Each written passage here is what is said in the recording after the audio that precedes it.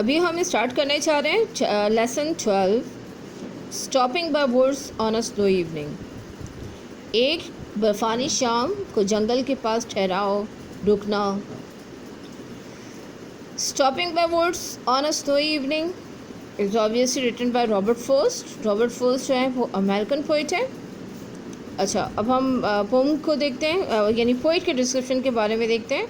This poem is written by American poet Robert Frost. Robert Frost ने ये लिखी है और उनकी पैदाइश जो है कैलिफोर्निया की जो स्टेट है उसमें सैन फ्रांसिस्को के इलाके में पैदा हुए 26 मार्च 1874 में, और उनकी डेथ जो हुई, इंतकाल जनवरी 29 तारीख को 1963 में हुआ बोस्टन में।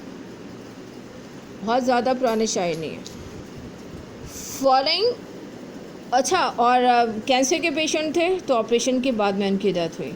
अच्छा, रॉबर्ट फर्स्ट की शायरी की जो आपको सबसे बेहतरीन खूबी जो मिलेगी वो उनकी पेस्ट्रल पोइट्री है। पेस्ट्रल पोइट्री, और जिस यानी डेली रूटीन के आम ज़िंदगी के जो मुख्तलिफ टॉपिक्स पे उन्होंने की है, यानी हमारी डेली रूटीन जो होती है उससे इंस्पायर होके कुछ एक्शंस दिए और उनसे मीनिंगफुल मैसेज देने की उन्होंने कोशिश की है। तो पेस्ट्रल जो पोइट्री में हरियाली, दरख्त, पौधे, बाहर, इस टाइप के हमें नेचर से रिलेट जो है वो सीन नज़र आता है, और उन्हें अपनी शायरी की वजह से बहुत ज़्यादा इज़्ज़त भी मिली। अच्छा, पोइम को अब स्टार्ट करते हैं हम। Whose woods these are I think I know। किसके जंगलात हैं मैं जानता हूँ, मेरे ख़्याल में मैं जानता हूँ। His house is in the village though, अगरचे कि उनका घर देहात में है, गांव में है, देहात में है। He will not see me stopping here, वो मुझे यहाँ पे ठहरा हुआ नहीं देखेंगे। To watch his wood fill up with snow, अपने जंगल को बर्फ़ से भरा हुआ भी। अच्छा, फर्स्ट स्टैंजा में सिंपल पोइट इसमें क्या बताना चाह रहे हैं कि वो टेरेस पास करेंगे, नहीं बग़ैर इजाज़त के वो जंगल से मतलब गुज़रे, और साथ में वो इस चीज़ का भी इज़हार कर रहे हैं कि जो इस जंगल के ऑनर है वो उसे ना तो ठहरा हुआ देखेंगे और ना ही वो अपने जंगल की खूबसूरती को देखने के लिए आएंगे। सेकेंड स्टैंजा पे चलते हैं। My little horse must think it queer। queer अजीब, परेशान के सेंस में इस्तेमाल होता है। मेरा छोटा घोड़ा यकीनी तौर पे बहुत यानी अजीब या परेशान होगा ये सोचकर। To stop without a farm house near, कि बग़ैर फार्म हाउस के वो ठहरे हैं। Between the woods and frozen lake, जंगल और जमी हुई मुंजमद झील के बीच में। फ्रोज़न जमा हुआ, मुंजमद दोनों सेंस में यूज़ कर सकते हैं। The darkest evening of the year, अच्छा वो शाम साल की सबसे गहरी शाम थी, तारीख शाम थी। अगर हम सर्दियों का मौसम यानी यूरोपियन या अमेरिकन स्टेट्स में देखें तो इंतहाई सख्त होता है, इंतहा की शदीद सर्दी होती है और बहुत ज़्यादा एलोंगेटेड टाइम पीरियड के लिए होता है। और वैसे भी अगर आप देखेंगे कि सर्दियों में बहुत जल्दी शाम भी हो जाती है और निस्बतन गर्मियों के मुकाबले में बहुत ज़्यादा डार्केस्ट शामें होती हैं, रात होती हैं। ओके, अगले इस पे चलते हैं, स्टैंजा पे। He gives his harness bells a shake.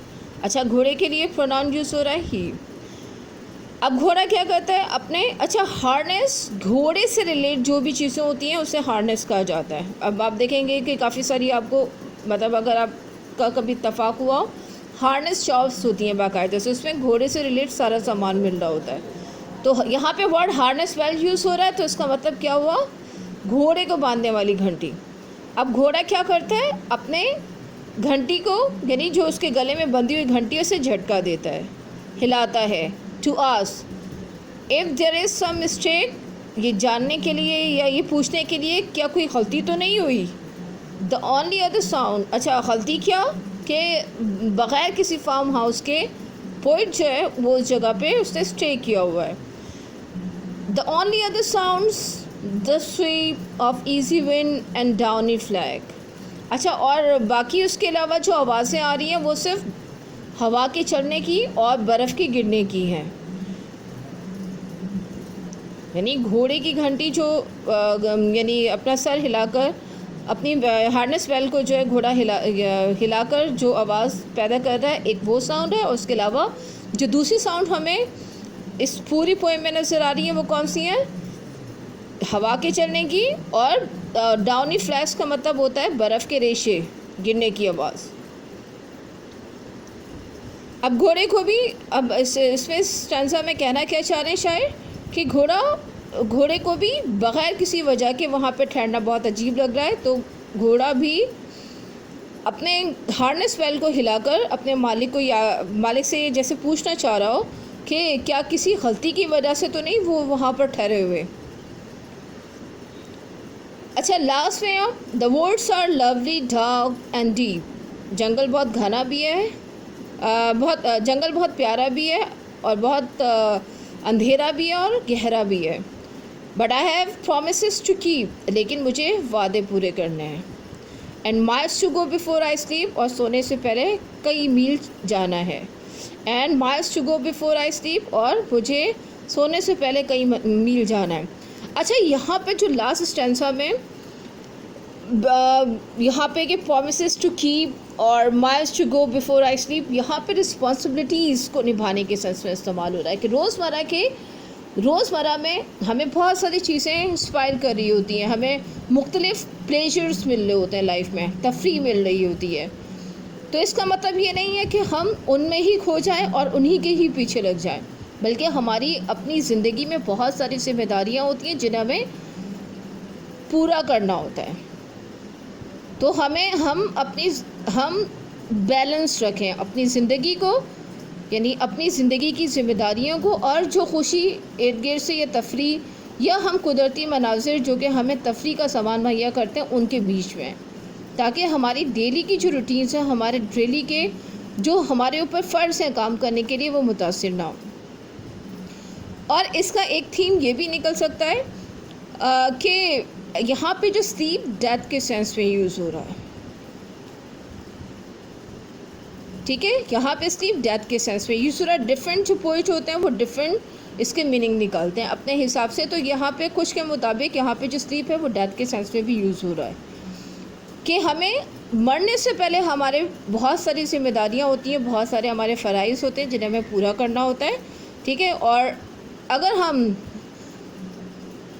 यानी ऐसी चीज़ों में, ऐसी तफरीह में, ऐसे प्लेजरेबल एक्शंस में खो जाएंगे जो कि हमारी डेली की रूटीन्स को मुतासिर करते हो, तो हम उनको सरअंजाम कभी भी नहीं दे सकते। तो हमें अपनी ज़िम्मेदारियों को भी सामने रखना है और हमें एक बैलेंस उनके बीच में रखना है, अपनी ज़िम्मेदारियों के और अपनी जो तफरीह के जितने भी हमें मौक़े मिलते हैं उनके बीच में।